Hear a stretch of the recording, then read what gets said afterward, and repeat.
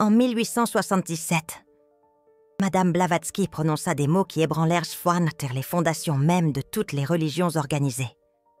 Des mots qui remettaient en question des siècles de croyances. Le divin n'est pas à l'extérieur, il est à l'intérieur.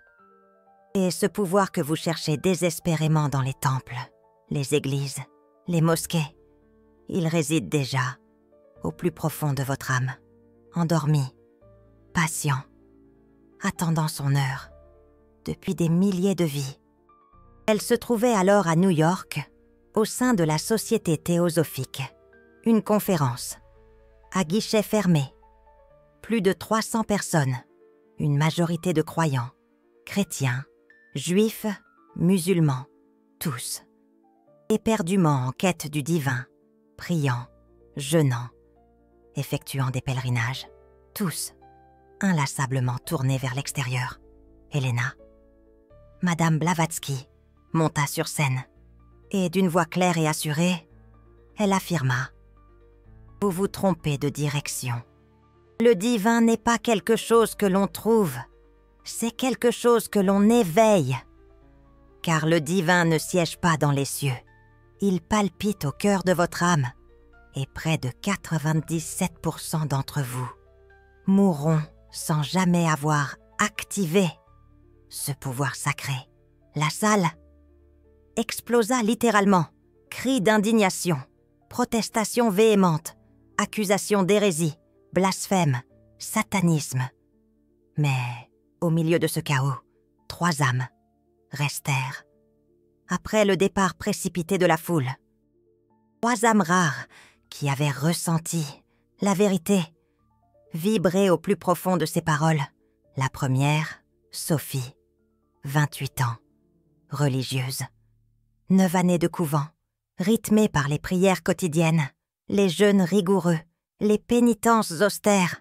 Mais un vide, persistant, la rongeait de l'intérieur. Elle confia à Helena. « Je prie 7 heures par jour, depuis 9 ans, et je ne ressens rien, juste un vide abyssal. Que fais-je de travers ?» Helena posa sur elle un regard pénétrant. « Vous ne faites rien de travers, vous vous y prenez simplement, dans la mauvaise direction. Vous priez vers le haut, en essayant d'atteindre le divin à l'extérieur. Mais le divin est ici, à l'intérieur. Et plus vous priez vers l'extérieur, plus vous ignorez ce qui réside en vous. » Sophie ne comprenait pas. Elle objecta. « Mais les Écritures saintes disent « Priez sans cesse ». Helena répliqua. « Les Écritures saintes disent aussi « Le royaume de Dieu est en vous ». Quel verset choisissez-vous de suivre? Celui qui vous maintient, dépendant de l'Église, ou celui qui vous rend autonome? Un silence, pesant, s'installa. Sophie n'y avait jamais pensé. 9 années à prier, à demander, à supplier, mais jamais, au grand jamais, à regarder à l'intérieur, là où, selon Helena, le divin attendait, patiemment. Helena enseigna alors à Sophie ce que les maîtres spirituels du Tibet lui avaient transmis, le protocole Shakti de l'âme, un pouvoir qui sommeille.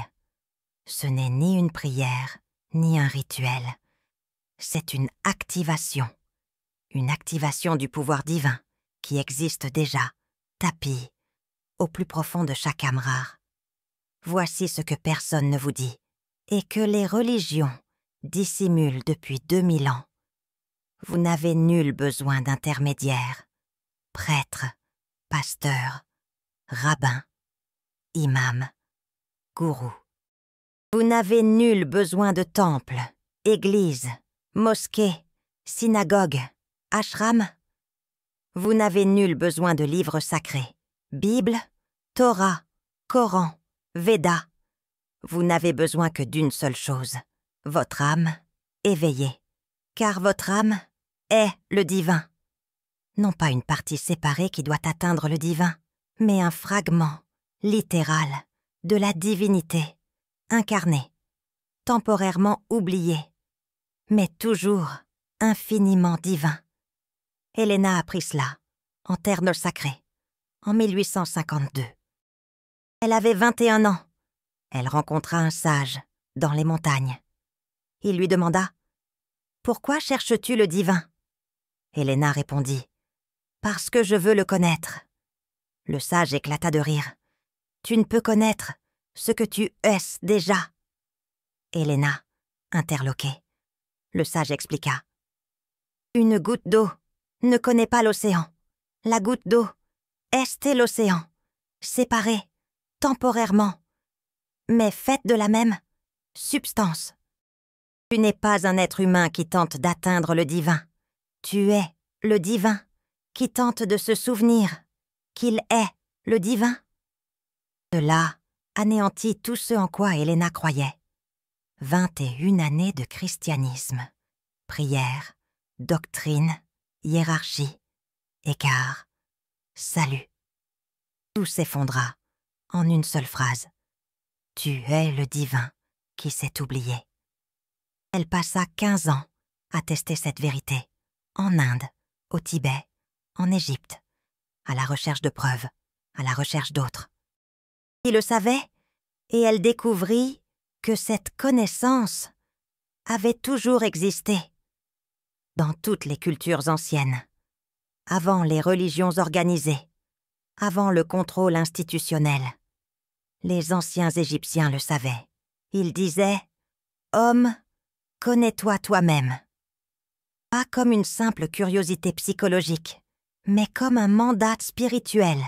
Connaître son véritable soi, c'est connaître le divin, car le véritable soi est le divin. Les anciens Grecs le savaient. Sur le fronton du temple de Delphes était gravée l'inscription « Connais-toi toi-même ». Socrate enseignait « Une vie non examinée ne vaut pas la peine d'être vécue. » Car examiner sa vie, c'est découvrir la divinité cachée sous les conditionnements sociaux. Les hindous l'ont toujours su. Tat Tvamasi. Tu es cela. Tu n'es pas séparé de Brahman. Tu es Brahman. Atman est Brahman. L'âme individuelle est l'âme universelle. Non pas deux choses distinctes. Une seule. Les bouddhistes le savaient, d'une manière différente. Ils disaient « Il n'y a pas de je, anatta ». Car lorsque vous dissolvez l'illusion d'un ego séparé, que reste-t-il? Le vide, mais pas un vide, dépourvu de tout. Un vide, empli de tout. Un vide qui est la divinité pure. Helena rassembla toutes ces pièces du puzzle et découvrit que toutes les traditions anciennes disaient la même chose, avec des mots différents. Le divin n'est pas à l'extérieur, il est à l'intérieur. Et plus vous cherchez à l'extérieur, plus vous vous éloignez de ce que vous étiez. Mais alors, vinrent les religions organisées, christianisme, islam, judaïsme institutionnel, et elles firent quelque chose de dévastateur. Elles créèrent la séparation entre vous et le divin. Elles dirent « Vous êtes pécheurs, le divin est pur, vous avez besoin de salut, le divin doit être apaisé. Vous avez besoin d'un intermédiaire, nous sommes les intermédiaires. » Et avec cela, le pouvoir fut volé. Le pouvoir qui résidait en chaque âme fut centralisé dans des institutions, dans des hiérarchies, dans des dogmes, et des milliards d'âmes passèrent des millénaires à prier vers l'extérieur, sans jamais savoir qu'elles se priaient elles-mêmes. Retournons à Sophie. En 1877, Helena lui enseigna le protocole. Sophie résistait. 9 années de conditionnement, 9 années à se faire enseigner. Tu es indigne, tu as besoin du Christ, tu as besoin de l'Église, tu as besoin des sacrements. Mais Sophie se sentait vide, 9 années à prier et rien Alors elle tenta. Le protocole Shakti de l'âme. 5 étapes. Simple. Révolutionnaire. Hérétique pour l'Église. Libératrice pour l'âme. Étape 1. Reconnaissance de la divinité intérieure. Parler à voix haute. Je suis divine. Ah, je vais le devenir. Je le suis déjà. Pas une partie séparée, cherchant le divin. Mais le divin, incarné, cherchant à se souvenir. Sophie n'y parvint pas. La première fois, sa voix se brisa. 9 années à se faire enseigner. Tu es pécheresse, tu es indigne, tu as besoin de pardon. Comment pouvait-elle prononcer « Je suis divine » Elena répondit « Exactement. L'Église t'a enseigné que tu n'es rien, pour que tu aies besoin d'elle. Pour devenir quelque chose. Mais la vérité est l'opposé. Tu as toujours été tout. L'Église t'a convaincu que tu n'étais rien, pour te contrôler. » Sophie tenta à nouveau, la voix tremblante. « Je suis. » Pause. Divine. Larmes. Car quelque chose, au plus profond d'elle, reconnaissait une vérité qui avait été enterrée sous 9 années de culpabilité, de honte, d'indignité. Étape 2. Localisation du centre divin. Elena enseigna. Le divin. Dans ton âme n'est pas dispersé. Il est centralisé. En un point spécifique. Le chakra cardiaque. Anahata. Le centre de la poitrine. 4 doigts au-dessus de l'estomac. Place ta main là. Respire. Sens. Pas la chaleur. Pas les picotements. Mais une présence. Comme si quelque chose d'ancien, plus ancien que ton corps, plus ancien que ton esprit, était là, a toujours été là, attendant d'être reconnu. Sophie le fit. Main sur la poitrine. Respiration. Et pour la première fois, en 9 ans, elle sentit quelque chose. Pas l'extase, pas une révélation dramatique, mais une quiétude profonde, comme si elle était revenue, à la maison, après s'être égarée si longtemps. Étape 3. Activation à travers la respiration consciente. Elena dit « La respiration n'est pas seulement physiologique. La respiration est un pont entre le physique et le spirituel, entre l'humain et le divin. Les hindous l'appellent pranayama, le contrôle de la force vitale. Inspire profondément, retiens ton souffle pendant 7 secondes, expire lentement. Tandis que tu respires, visualise une lumière au centre de ta poitrine, petite, de la taille d'une graine. À chaque respiration, la graine grandit jusqu'à remplir ton corps entier. Sophie l'a fait, 11 minutes, à respirer, à visualiser. Et quelque chose s'est produit. À la 8e minute, elle a senti une expansion, non physique, mais de conscience, comme si elle était plus grande, beaucoup plus grande, que son corps, que son esprit, que son identité de Sophie. Étape 4. Commande directe au pouvoir intérieur. Madame Blavatsky a expliqué. Le pouvoir divin dans l'âme n'est pas quelque chose que l'on demande, c'est quelque chose que l'on commande, parce que tu ne demandes pas à une entité extérieure. Tu commandes une partie de toi qui a oublié qu'elle avait cette autorité. Parle. À voix haute ou mentalement. J'active le pouvoir divin de mon âme. Maintenant. Ce n'est pas une demande. C'est un décret.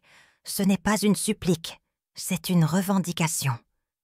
De ce qui a toujours été tien. Sophie a parlé. D'une voix ferme. Pour la première fois, j'active le pouvoir divin de mon âme. Maintenant. Et elle a senti. Ce n'était pas dramatique, mais définitif. Comme un interrupteur qui bascule de éteint à allumé. Étape 5. Intégration et test. Madame Blavatsky a dit, après l'activation, tu dois tester. Parce qu'un pouvoir activé mais non utilisé Retourne dormir. Le test est simple. Demande quelque chose. Pas au divin là-bas, mais au divin ici. Et observe. Sophie a demandé de la clarté. Sur si elle devait continuer au couvent ou partir. Pendant 9 ans, elle avait évité cette question. Par peur de la réponse. Mais maintenant, avec le pouvoir activé, elle avait besoin de savoir. La réponse est venue. Pas dans une voix, pas dans une vision, mais dans un savoir absolu, inquestionnable. Tu n'appartiens pas ici. Tu n'y as jamais appartenu. Tu es venu pour apprendre. Tu as appris. Maintenant, va. Sophie a quitté le couvent.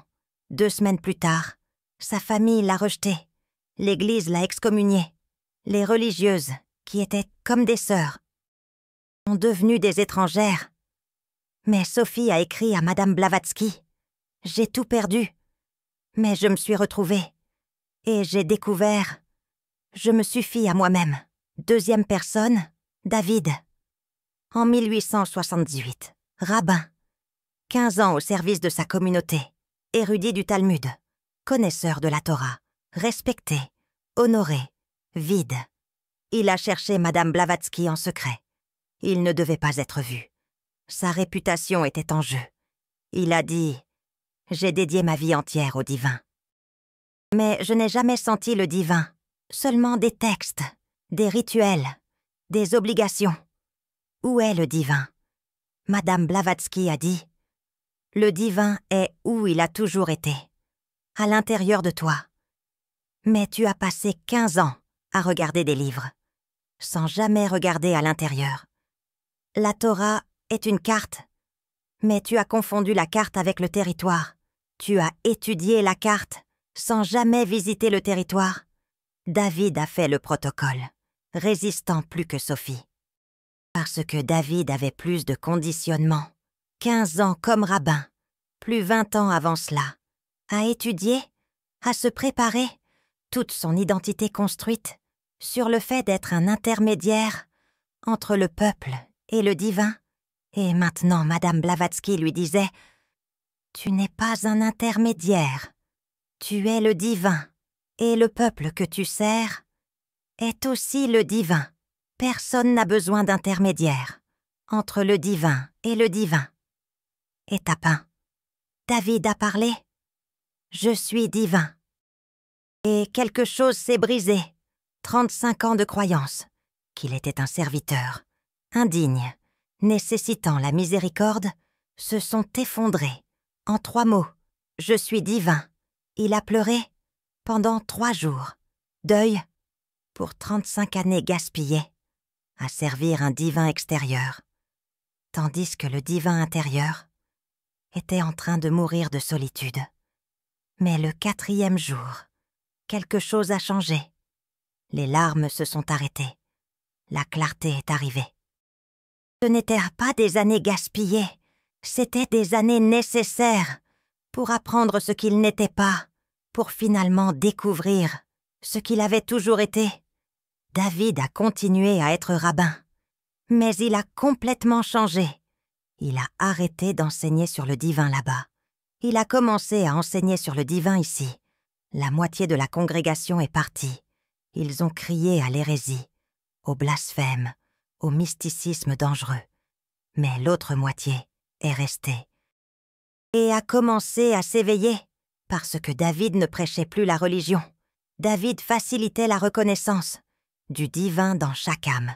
3e personne, Aïcha, en 1879, musulmane dévouée, 20 ans à prier 5 fois par jour. Ramadan, Hajj, Zakat, toutes les obligations accomplies. Mais le cœur vide. Elle a entendu parler de Madame Blavatsky, par une amie. Mais elle avait peur. L'islam était tout. Sa famille, sa communauté, son identité. Sortir serait tout perdre. Mais le vide était insupportable. Alors elle y est allée, en cachette, un voile couvrant son visage. Peur d'être reconnue. Madame Blavatsky a demandé « Que cherches-tu » Aïcha a répondu « Allah ». Madame Blavatsky a demandé Où? Aïcha, confuse. Dans le ciel. À la Kaaba. Dans le Coran, Madame Blavatsky a dit. Et si Allah était dans ton âme? Aïcha a paniqué. C'est du shirk. Associer quelque chose à Allah. Un péché impardonnable. Madame Blavatsky a expliqué. Ce n'est pas associer, c'est reconnaître. Allah n'est pas divisé en morceaux. Allah est un. Et si Allah est un, Allah est en tout, y compris toi. Ton âme n'est pas séparée d'Allah. Ton âme est Allah, manifestée, individualisée, mais toujours Allah. Il a fallu des semaines à Aïcha pour accepter, mais le vide était plus grand que la peur. Elle a fait le protocole. Et quelque chose d'extraordinaire s'est produit. Quand elle a dit « Je suis divine », elle n'a pas senti de culpabilité. Elle a senti un soulagement, comme si, enfin, après 20 ans, elle avait la permission d'arrêter de se diminuer. Aïcha n'a pas quitté l'islam, mais elle a transformé son interprétation. Elle a continué à prier 5 fois par jour, mais pas pour un Allah extérieur, pour l'Allah intérieur. Chaque prière était une reconnaissance. Chaque prosternation était un honneur. La divinité à l'intérieur d'elle, sa communauté a remarqué un changement. Elle irradiait quelque chose. La paix, la certitude, la présence. Les femmes ont commencé à demander « Qu'est-ce qui a changé ?» Aïcha ne pouvait pas le dire. L'islam ne le permettrait pas. Mais elle vivait. Et vivre était le témoignage le plus puissant. Voici ce que Madame Blavatsky a découvert. Avec des centaines de cas, entre 1875 et 1891. Peu importe la religion, peu importe la culture, peu importe la doctrine, la vérité est la même. Le divin est à l'intérieur. Le pouvoir est dans l'âme. Et quand tu l'actives, tout change. Mais attention, activez le pouvoir de l'âme. Ne te transforme pas en un super-humain. Ne te donne pas de pouvoir magique. Ne te fais pas voler ou matérialiser des objets. C'est de la fantaisie. Activer le pouvoir de l'âme te donne 3 choses réelles.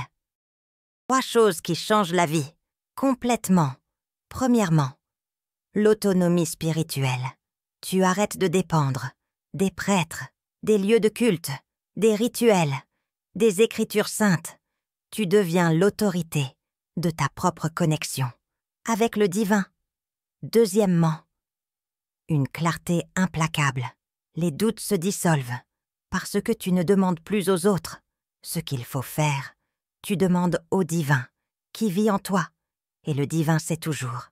Troisièmement, l'immunité à la peur existentielle, la peur de la mort, la peur de la punition divine, la peur de ne pas être suffisant.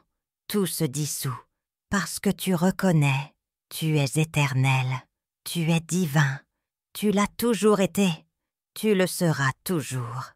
Sophie aujourd'hui, en 1891, 13 ans plus tard, elle n'est pas retournée à l'église, mais elle a créé une communauté de 40 femmes qui ont quitté les couvents, après avoir activé le pouvoir de leur âme. Elles ne rejettent pas le Christ. Elles le comprennent différemment. Le Christ n'était pas le seul divin. Le Christ était un humain qui s'est souvenu qu'il était divin et qui enseignait aux autres à s'en souvenir aussi. David aujourd'hui, une petite synagogue, 30 familles, mais différentes. Ils n'étudient pas la Torah pour connaître le divin. Ils étudient la Torah pour reconnaître le divin, qu'ils connaissent déjà, à l'intérieur d'eux. Aïcha. Elle enseigne aux femmes, en secret, comment activer le pouvoir de leur âme, à l'intérieur de l'islam, sans quitter l'islam, parce que Madame Blavatsky a enseigné, tu n'as pas besoin d'abandonner ta religion, tu dois transformer ta relation avec ta religion. La religion peut être utile, si elle est utilisée comme une carte, pas comme le territoire, comme un outil, pas comme un maître, comme un soutien, pas comme une prison. Mais la plupart utilisent la religion comme une prison et appellent ça la foi. Madame Blavatsky a documenté un schéma commun chez tous ceux qui ont activé le pouvoir de leur âme. Premièrement, une crise, parce que l'activation détruit les fondations de tout ce que l'ego a construit sur un divin extérieur. Deuxièmement, un deuil, pour les années gaspillées, à chercher à l'extérieur ce qui était à l'intérieur. Troisièmement, une renaissance. Quand le deuil se termine et que vous réalisez que les années n'ont pas été gaspillées, qu'elles étaient une préparation pour ce moment de reconnaissance. Quatrièmement, le service, parce que lorsque vous activez le pouvoir en vous, vous voyez le pouvoir chez les autres, et la mission devient non pas convertir, mais éveiller. La cinquième personne est la plus importante, Madame Blavatsky elle-même. Elle n'a pas commencé en sachant. Elle a commencé en cherchant. 40 ans de recherche, les terres sacrées, le Tibet, l'Égypte, les maîtres spirituels, les sages, les lamas. Et à la fin, en 1875, le maître Kuthumi a dit « Madame Blavatsky, vous avez voyagé à travers le monde en cherchant ce qui a toujours été en vous. Vous avez activé le pouvoir de votre âme pour faire un voyage inutile. Mais ce voyage était nécessaire, parce que maintenant vous pouvez enseigner, avec l'autorité. Non pas de celui qui a entendu, mais de celle qui a vécu. Madame Blavatsky a activé le pouvoir final. En 1891, les dernières semaines de sa vie, son corps la lâchait, une douleur extrême, mais son âme était plus vivante que jamais. Elle a dit à ses étudiants « La mort n'est pas la fin. La mort est seulement le corps qui s'arrête. L'âme continue. Et l'âme qui connaît son propre pouvoir ne craint pas la transition, parce qu'elle sait. Je ne suis pas est-ce un corps. Je suis la divinité, temporairement incarnée. Madame Blavatsky est morte, consciente, sans peur, sans résistance. Ses dernières paroles. Je reviens, pas comme Elena, mais comme la vérité qu'Elena a enseignée. Maintenant, vous savez, le protocole existe, le protocole fonctionne. Mais le protocole n'est pas pour tout le monde. Le protocole est pour les âmes rares qui sentent qu'il y a quelque chose de plus. Que les lieux de culte ne disent pas toute la vérité. Que le divin ne peut pas être seulement là-bas. Parce que si c'était le cas, le vide à l'intérieur ne serait pas aussi profond. Si vous avez senti votre âme vibrer, YouTube a un cœur en or. Super thanks. Quand une âme rare reconnaît le divin dans une autre, à travers ce geste, elle crée un courant divin. Il ne s'agit pas d'argent, il s'agit de reconnaissance. La divinité en moi honore la divinité en vous. Dernière chose, cruciale. Activer le pouvoir de l'âme ne signifie pas rejeter la religion. Cela signifie transcender le littéralisme. Les Écritures saintes ne sont pas littérales. Elles sont métaphoriques. La Torah n'est pas de l'histoire. C'est un code. Le Coran n'est pas des règles. Ce sont des symboles. Quand vous activez le pouvoir, vous voyez au-delà de la lettre, vers l'esprit. Et l'esprit est toujours le même. Laissez-moi vous raconter 4 autres cas. Que Madame Blavatsky a documenté, mais a gardé, parce qu'ils étaient trop explosifs, parce qu'ils révélaient combien de pouvoir les institutions ont volé. 6e cas, Père Michel, 1880, prêtre catholique, 22 ans de sacerdoce. Il a entendu Madame Blavatsky prêcher. Il est devenu furieux. Il a écrit des lettres dénonçant l'hérésie. Il a mobilisé l'Église contre la société théosophique. Mais quelque chose en lui n'arrivait pas à cesser de penser. Parce que Madame Blavatsky a dit « Et si le divin était vraiment à l'intérieur? Et si pendant 22 ans, j'ai enseigné un mensonge? Une nuit, à 3 heures du matin. Michel s'est réveillé, en sueur, un rêve perturbateur. Il était dans un confessionnal, mais inversé. C'était lui qui se confessait, au Christ, en disant « Pardon, j'ai bloqué ton véritable enseignement. Tu as dit « Le royaume de Dieu est en vous ». Mais j'ai enseigné « Le royaume est dans l'Église ». Dans le sacrement, dans le pape. Michel n'a pas réussi à se rendormir. Il est allé à la chapelle, vide. Il s'est agenouillé. Et pour la première fois en 22 ans, il n'a pas prié. Il s'est juste assis, en silence, et a demandé, à l'intérieur, « Mon Dieu, si tu es là, à l'intérieur de moi, montre-moi. » La réponse est venue, pas de façon dramatique, mais de façon définitive.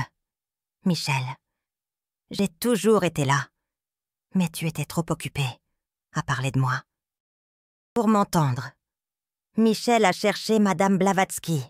1 semaine plus tard, en secret, il a demandé à apprendre le protocole.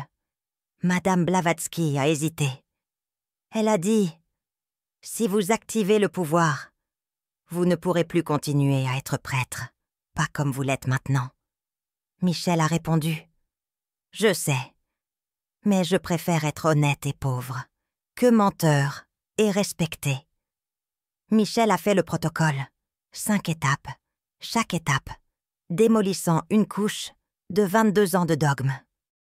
Quand il est arrivé à l'étape 4, un ordre direct, il a dit « J'active le pouvoir divin de mon âme » et il a senti comme si des chaînes, invisibles, mais réelles, s'étaient brisées. Michel n'a pas renoncé.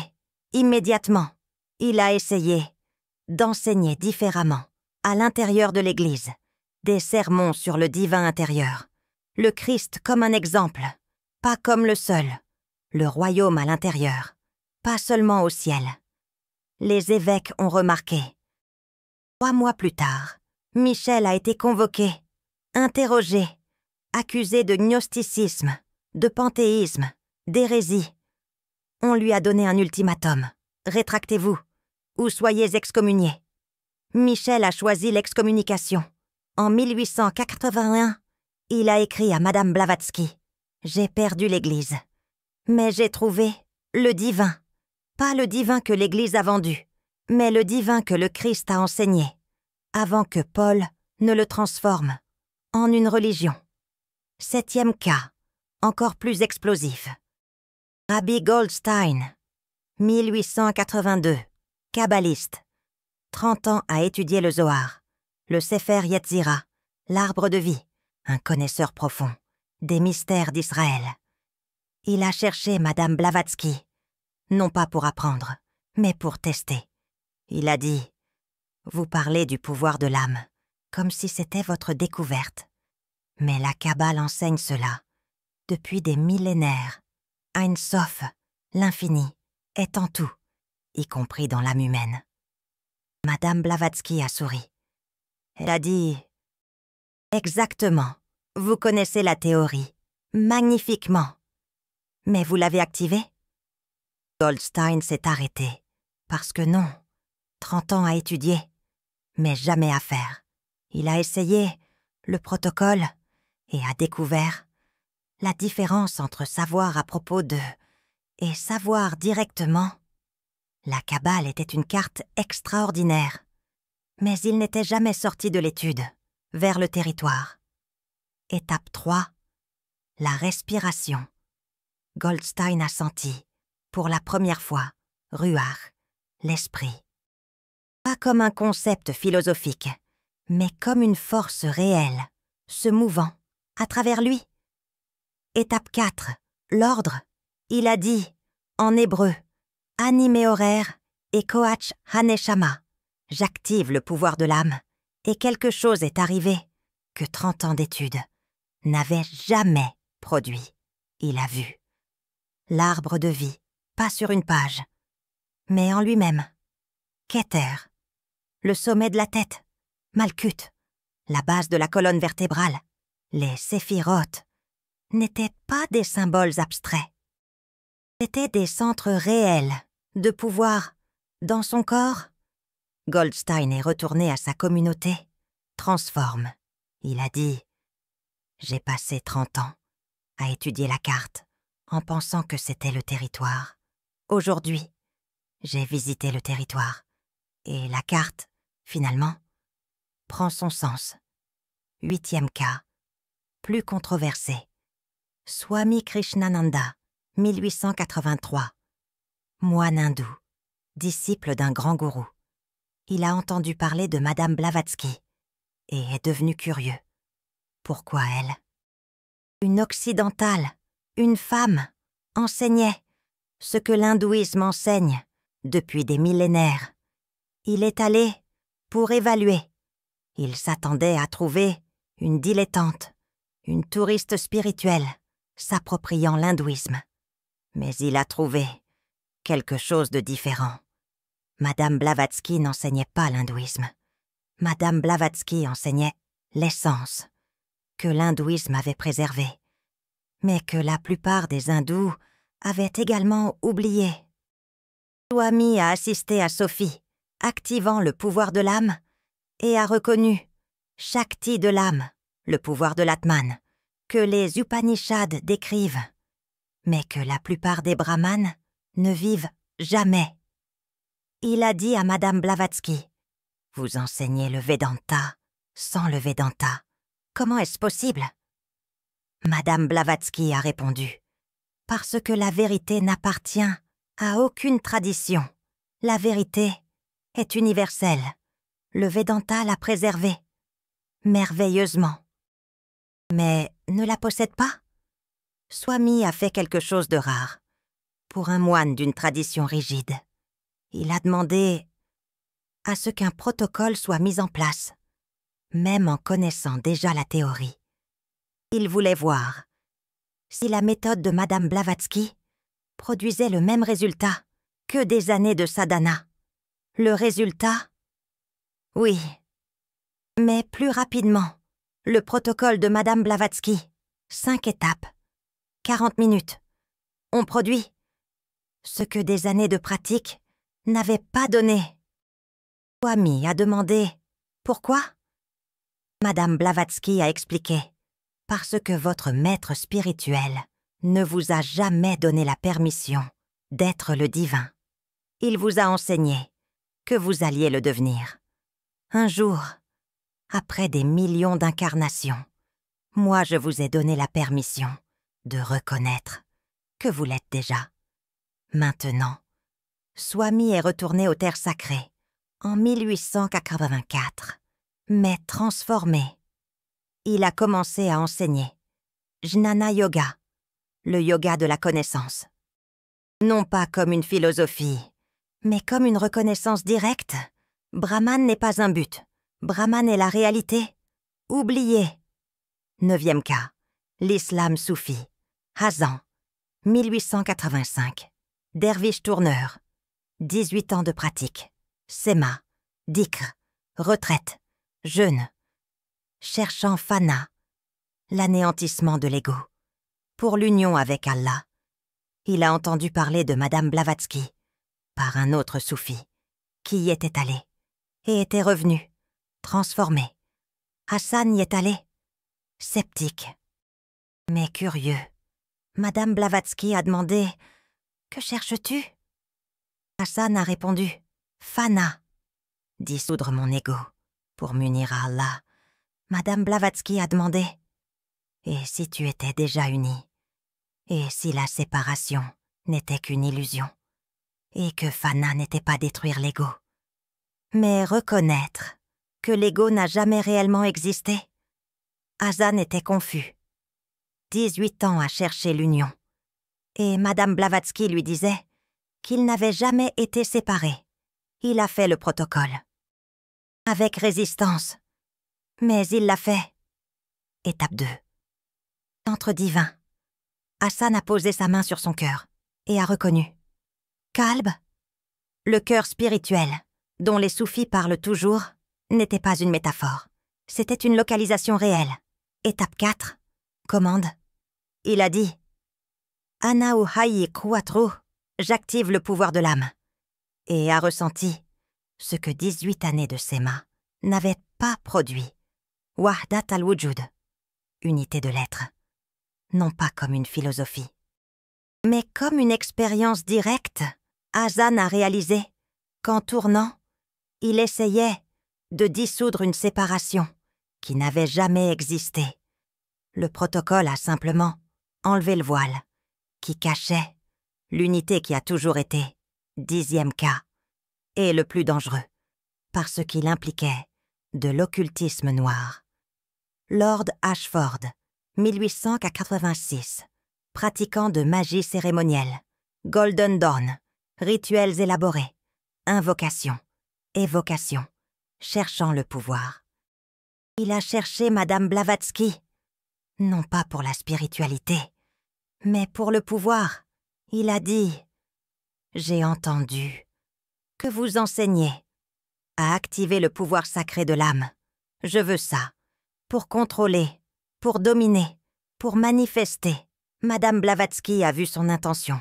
Elle a dit « Je ne vais pas vous enseigner, parce que vous voulez utiliser le pouvoir divin pour des objectifs égoïstes. C'est une profanation. » Ashford a insisté, a offert de l'argent.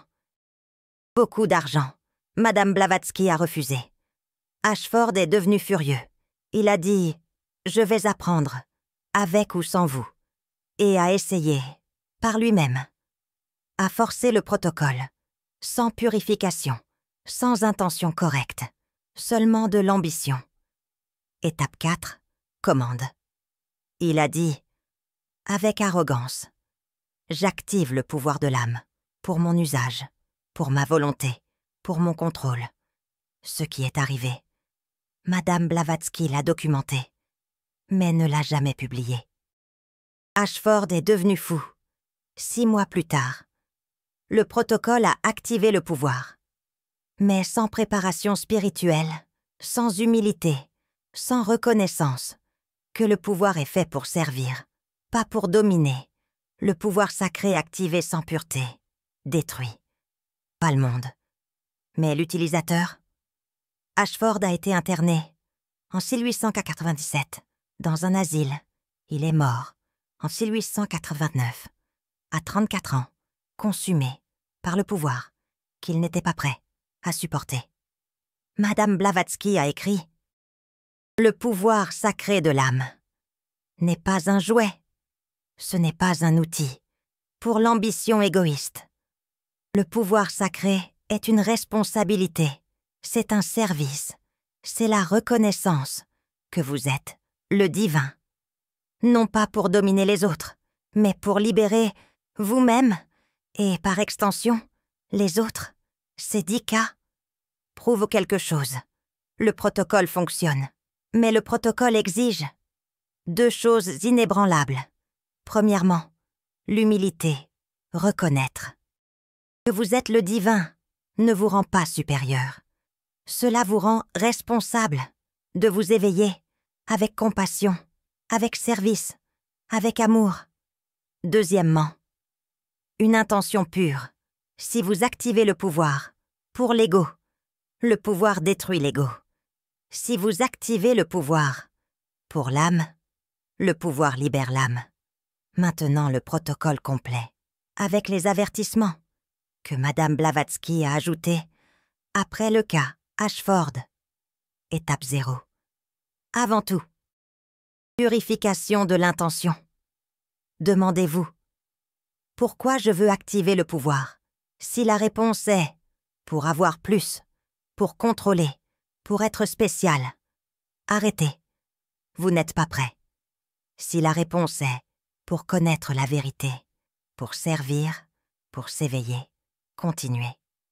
Étape 1. Reconnaissance. Je suis divin, pas par arrogance, mais par humilité, en reconnaissant ce qui a toujours été nié par la programmation sociale. Étape 2. Localisation. Centre de la poitrine. 4 doigts au-dessus de l'estomac.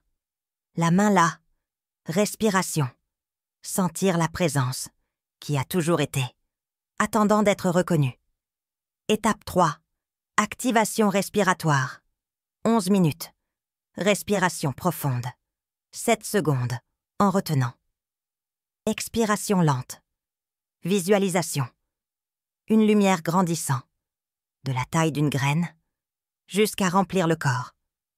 Étape 4. Commande. Pas une demande. Un décret. J'active le pouvoir sacré divin de mon âme. Maintenant, pour le service, pour la vérité, pour l'éveil. Étape 5. Test et intégration. Demander de la clarté. Sur quelque chose de réel. Pas sur le futur. Pas sur l'argent. Sur la prochaine étape, de l'éveil. Et observez. La réponse vient. Elle vient toujours. Si l'intention était pure. Étape 6. Madame Blavatsky a ajouté. Après les cas réussis, partage. Le pouvoir sacré activé. Mais gardez, meurt. Le pouvoir sacré activé. Et partagez. Se multiplie, ne prêchez pas, vivez simplement. Et laissez les autres. Demandez ce qui a changé. Madame Blavatsky a résumé. Dans une note finale, en 1891, le pouvoir sacré de l'âme n'est pas un secret. À garder, c'est une vérité. À vivre, les lieux de culte gardent maintes les secrets. Pour maintenir le pouvoir, les âmes rares partagent les vérités. Pour distribuer le pouvoir, quand vous activez le pouvoir, vous n'entrez pas dans un club exclusif. Vous reconnaissez qu'il n'y a jamais eu de club, seulement le divin, faisant semblant d'être nombreux, pour expérimenter la séparation. Et maintenant, certains commencent à se souvenir qui ils sont réellement. Écrivez dans les commentaires. Cherchez-vous encore le divin à l'extérieur? Ou êtes-vous prêt à réveiller le divin à l'intérieur? Les âmes lisent et reconnaissent qui se souvient et qui dort encore.